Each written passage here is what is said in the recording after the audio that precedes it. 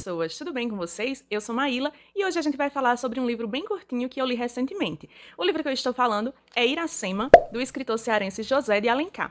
Nesse livro bem curtinho, bem pequenininho, a gente vai acompanhar a história de amor, né, entre Iracema, né, que ela faz parte do grupo indígena Tabajara, e um português no período da colonização.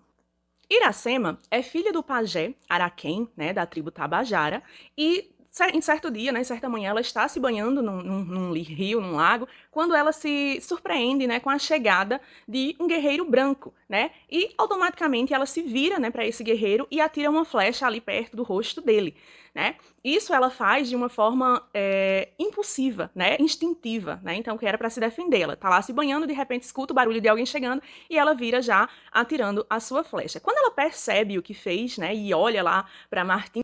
Sim, e eu não disse a vocês, o nome desse português é Martim, né? A gente vai falar muito mais sobre ele mais na frente.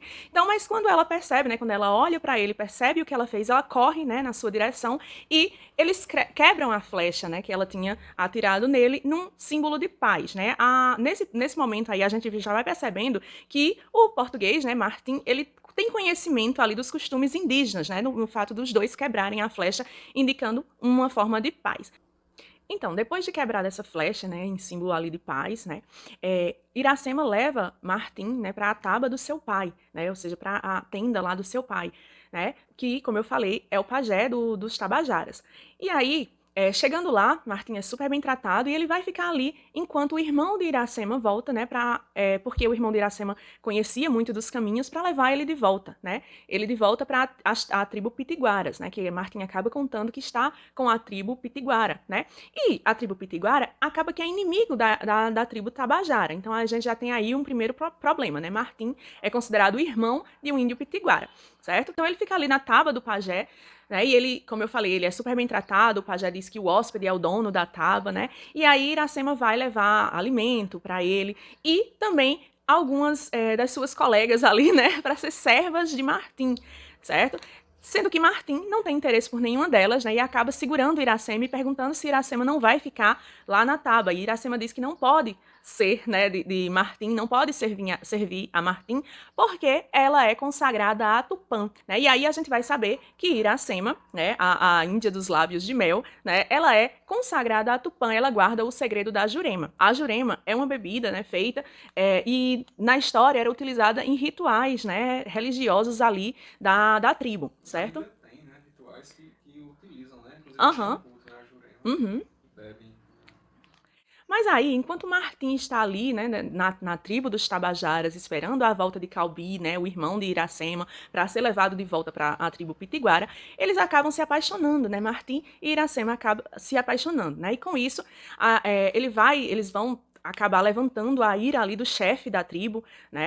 Que ao encontrar os dois na floresta em uma determinada noite, né, ele fica raivoso, né? Inclusive é muito bonita a forma como ele diz, né? Que ele diz que o coração dele virou tigre, né? Para dizer que ele tá com raiva porque encontrou Martim com Iracema lá na floresta à noite, sozinhos, né? E como eu falei para vocês, Iracema não podia ser de homem algum, né? Já que ela era consagrada a Tupã, ela tinha que se manter virgem para Tupã.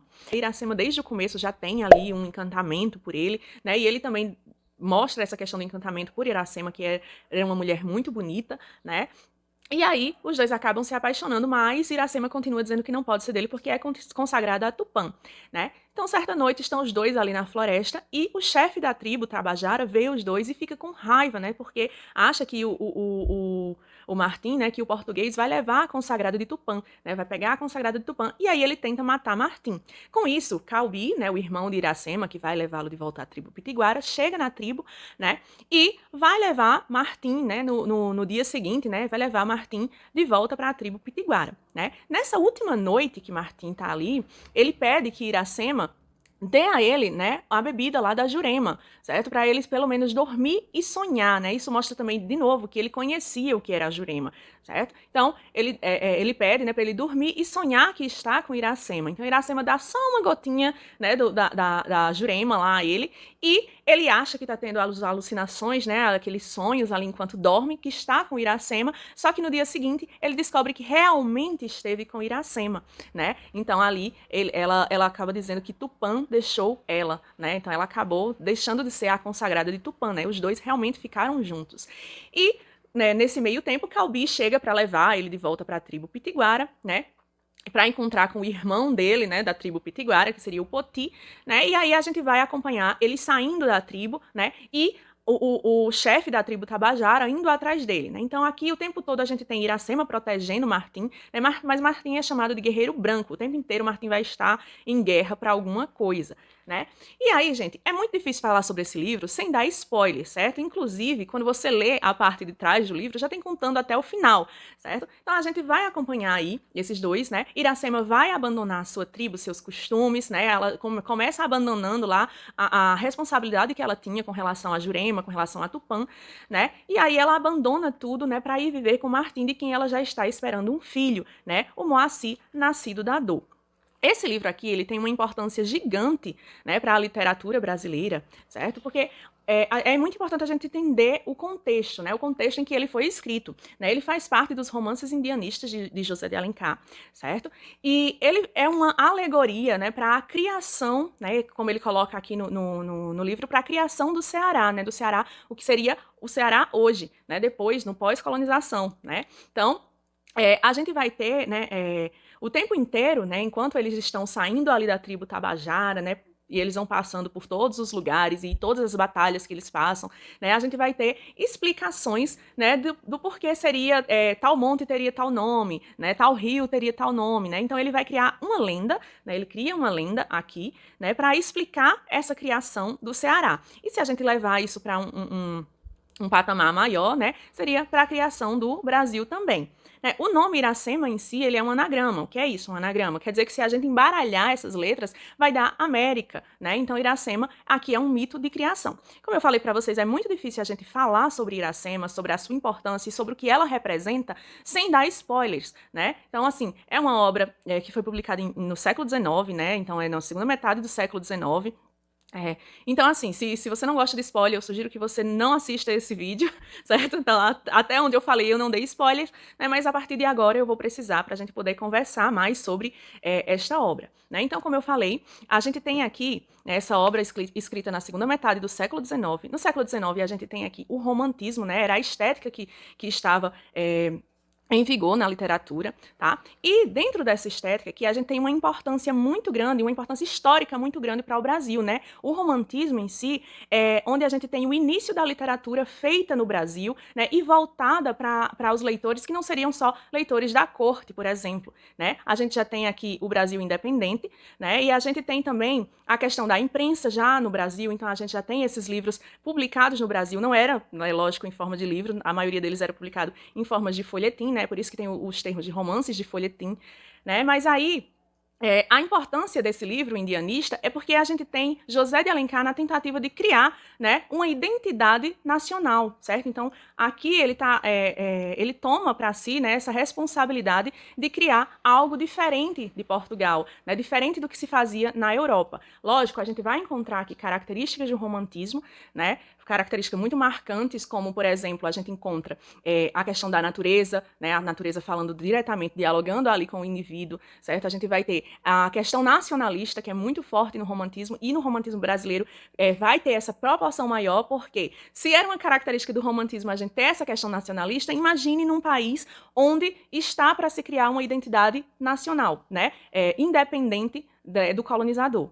Certo? Então, a gente vai ter aqui essa questão de criar essa identidade nacional e dentro disso, a gente tem também a questão de criar um herói nacional. Quando a gente pega, né, essa característica do romantismo, que tinha essa questão da criação de um herói nacional, né, de trazer um herói onde ele tivesse características irrepreensíveis, né, características com um caráter muito marcante, né? Então, os europeus voltavam-se ao passado e pegavam os heróis de cavalaria, né, que seriam esses heróis, né, que lutariam pela pátria, né, e dariam suas próprias vidas para isso, e tinham esse caráter, né, imaculado ali. No Brasil, a gente não tem Idade Média.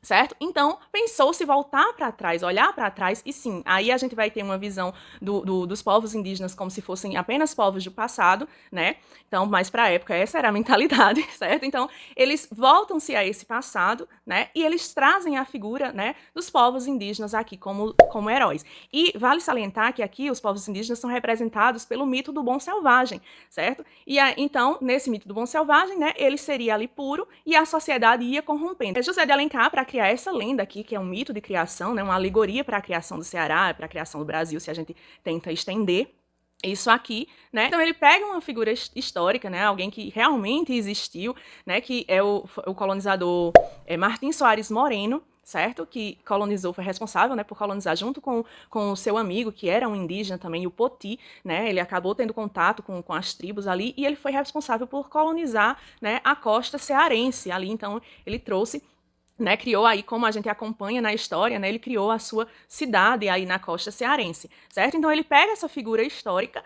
né, e ele cria uma lenda em cima disso, certo? Então ele cria, né, essa história de amor entre o Martim, né, o colonizador, né, e Iracema, certo? Como eu falei para vocês, Iracema é um anagrama, né? É um anagrama para a América, né? Então aqui a gente está vendo, né, esse momento de transição entre o índio, né, os povos indígenas que viviam no local, o contato dele com os portugueses, né? E aí a gente tem a morte de Iracema, né? Como eu falei para vocês, é impossível não dar spoiler, né? Até porque também é sabido, né? Acho que por todo mundo que Iracema morre ao final, né? Mas Iracema morre exatamente porque aquela ideia, né, de América que tinha, né, antes da chegada dos portugueses, antes da chegada dos colonizadores, acabou, né? E aí ela morre dando à luz, né, ao filho dos dois, que seria, no caso aqui, o primeiro cearense ou o primeiro brasileiro. Certo? Então ela sacrifica-se em torno de algo maior. E essa criação, lembra a criação de uma identidade nacional? Então aqui seria essa explicação, né, do surgimento dessa nação, certo? É fogo, né? Porque o brasileiro, assim, o índio, como tu falou, é colocado como uma figura do passado, Uhum. né? O brasileiro é só esse, é um conglomerado, né? Exatamente, a mistura. O índio meio que deixa de existir a partir do momento desse contato, né? É uma coisa cruel e é uma leitura que até hoje se Sim, faz, sim. né? O que se percebe é que o índio, os povos indígenas, eles vão deixando sua cultura de lado, né? Tanto que a gente acompanha o amigo de Martim, que é o Poti, né? Que é um pitiguara. A gente acompanha ele se convertendo ao cristianismo, né? Ele abandona a taba dele, né? Para ir morar ao lado do seu irmão branco, né? O seu irmão guerreiro branco. Né? O tempo todo Martim é visto como guerreiro branco. Inclusive, tem uma cena que eu acho muito marcante, assim, é muito bonita, que Poti convida Martim para conhecer um antepassado dele, né? Um avô, um bisavô dele, que vive sozinho, isolado numa montanha, né? E quando eles chegam lá, o avô dele compara Martim a um gavião branco, né? E o Poti a uma ave menor, né? Uma ave que o gavião traçaria, comeria, né? Então ele diz que né, vê o gavião junto com essa outra ave aí, né? E provavelmente é como se ele estivesse prevendo, né, que o gavião branco viria para destruir, né? Então o Poti vai ser apagado. Eu acho muito emblemática essa passagem, né? Que é como se fosse uma previsão. O tempo inteiro a gente tem essas previsões, né, do que vai acontecer no futuro. Inclusive a história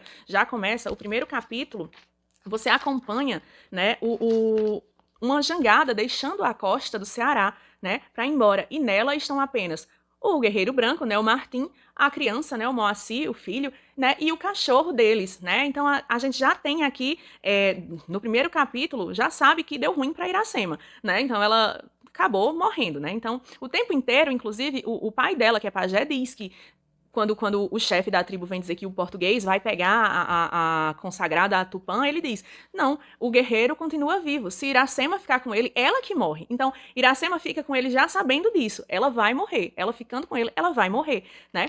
E Iracema, como a gente viu, ela é uma alegoria, né, para toda a América, né, para a população aqui, né, para a população indígena, certo? Então, a importância disso aqui, né, como eu falei, os povos indígenas são tidos como herói nacional, certo? Mas eles são vistos dessa forma pura, inocente, né, pelo ângulo do mito do bom selvagem lá de Rousseau. E muitos escritores, né, já tinham escrevido sobre essa temática indianista, certo?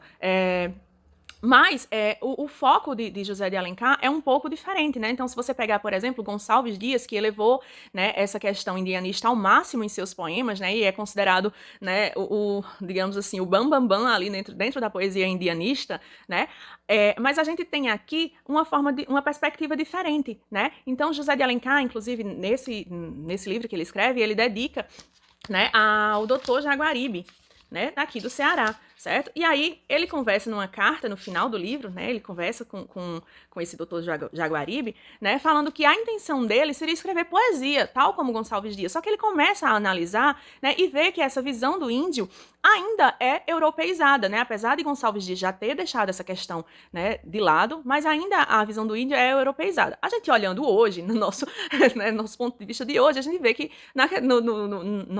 nas obras de José de Alencar também, né, mas aqui existe já essa tentativa de desvincular essa visão, né? Tanto que ele começa, né? A ideia dele é fazer uma epopeia lá aos moldes de Juca Pirama, de Gonçalves Dias, né? Só que ele percebe que a forma como o índio fala, né, não é, né, não, e ele não tira o mérito de Gonçalves Dias, né, lembrando disso, mas a forma como o índio fala, né, dentro dos poemas, não seria como os povos indígenas da época falariam, certo? Então, ele até dá o exemplo da palavra guia, né? Na palavra guia, dentro de um poema, seria muito fácil de rimar, de você encaixar dentro da métrica de um poema, né, por ela ser curta, mas a Iracema, por exemplo, ou o Poti, ou qualquer outro indígena, eles jamais diriam guia, né? Eles tinham uma palavra mais poética, né? Um termo, na verdade, mais poético, que seria o conhecedor dos caminhos. Ele não quer deixar passar, né, essas comparações e toda essa poesia que existe na fala, né, dos povos indígenas, né? Certo? Então, ele coloca aqui, e para isso ele disse que precisou dilatar os versos, né, e deixou de ser uma poesia e acabou sendo um texto em prosa, né? Então a gente tem aqui um romance. Essa obra se organiza, né, em capítulos curtos. É uma prosa poética, né? Então a gente vai encontrar muitos elementos estilísticos da poesia, né? Como, por exemplo, repetições de sons semelhantes durante as frases, né? Que causa ali uma certa musicalidade. A gente encontra rimas também, como aquele trecho que eu te contei, né? A filha de Araquém olhava além, né? Então acaba que a gente vai ter essas rimas, né? Dentro do poema, dentro do texto, né, que lembra, né, uma poesia, lembra um poema. Como característica do romantismo, né, a gente vai ter aqui essa exaltação, né, à natureza, né, então as belezas naturais da terra, né, no caso, o Ceará, né, então a gente vai acompanhar, né, quando o Iracema deixa sua tribo para chegar até a tribo dos Pitiguaras, e depois quando ela diz que não quer viver na tribo inimiga, né, porque como eu falei para vocês, ela era uma tabajara e o Martim estava, né, era amigo lá dos Pitiguaras, né, então ela não quer, e essas duas tribos eram inimigas, então ela não quer viver na tribo do seu inimigo e acaba que Martim deixa a tribo dos Pitiguaras junto com Iracema e Poti, né, que é o seu irmão, que também era indígena, né, e eles deixam, né, e vão buscar um outro lugar onde ele possa construir, né, a sua tábua para viver feliz com Iracema, né? Então, à medida que eles vão procurando esse lugar, eles vão andando por vários lugares do Ceará, né? E aí eles vão comentando sobre, né, as histórias do lugar, os nomes do lugar, certo? E é muito poético, muito bonito, né? Como eles vão explicando isso aí, mostrando, né? Mostrando os animais, mostrando as plantas. Então, a fauna, a flora, né? Então, a geografia do lugar é muito exaltado, certo? Então, toda essa natureza, né, é muito exaltada. A gente também tem aqui a questão dos costumes e das tradições indígenas, né, também muito descrita, né, muito bem descritas aqui nesse livro, certo? A única questão, né, que a gente vê é que a visão, né, dos povos indígenas era essa visão de que é algo do passado, né, que eles não existiam mais, né? E dentro do livro, no final do livro, a gente tem essa confirmação, né, de que os povos indígenas deixaram de existir, né, tal como eles eram, quando a gente tem a conversão do Poti, né, que era o amigo de Martim,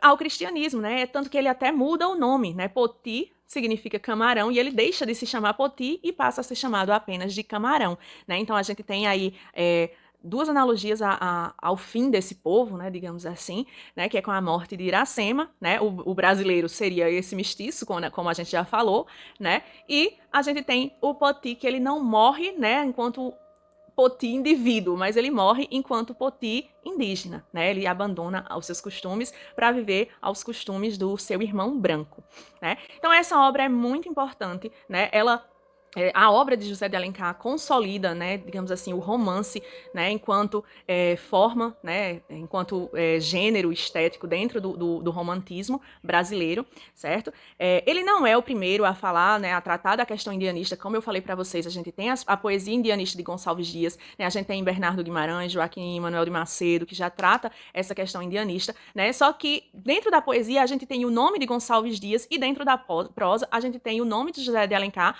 como os dois grandes, né, que exaltaram essa questão indianista, né, que melhor fizeram, que melhor mostraram os indígenas, deixando um pouco de lado essa visão europeizada, certo? Lógico que alguns costumes, algumas tradições indígenas, elas têm aí o crivo do cristianismo, né, porque era preciso agradar também os leitores cristãos, né, e tanto que aqui a gente vê, né, essa questão de deixa-se o passado, né, a gente tem aqui essa questão de deixar o passado, os indígenas deixam seu passado para viver nessa nova, a gente tem nessa nova vida, né, essa conversão deles aí, certo?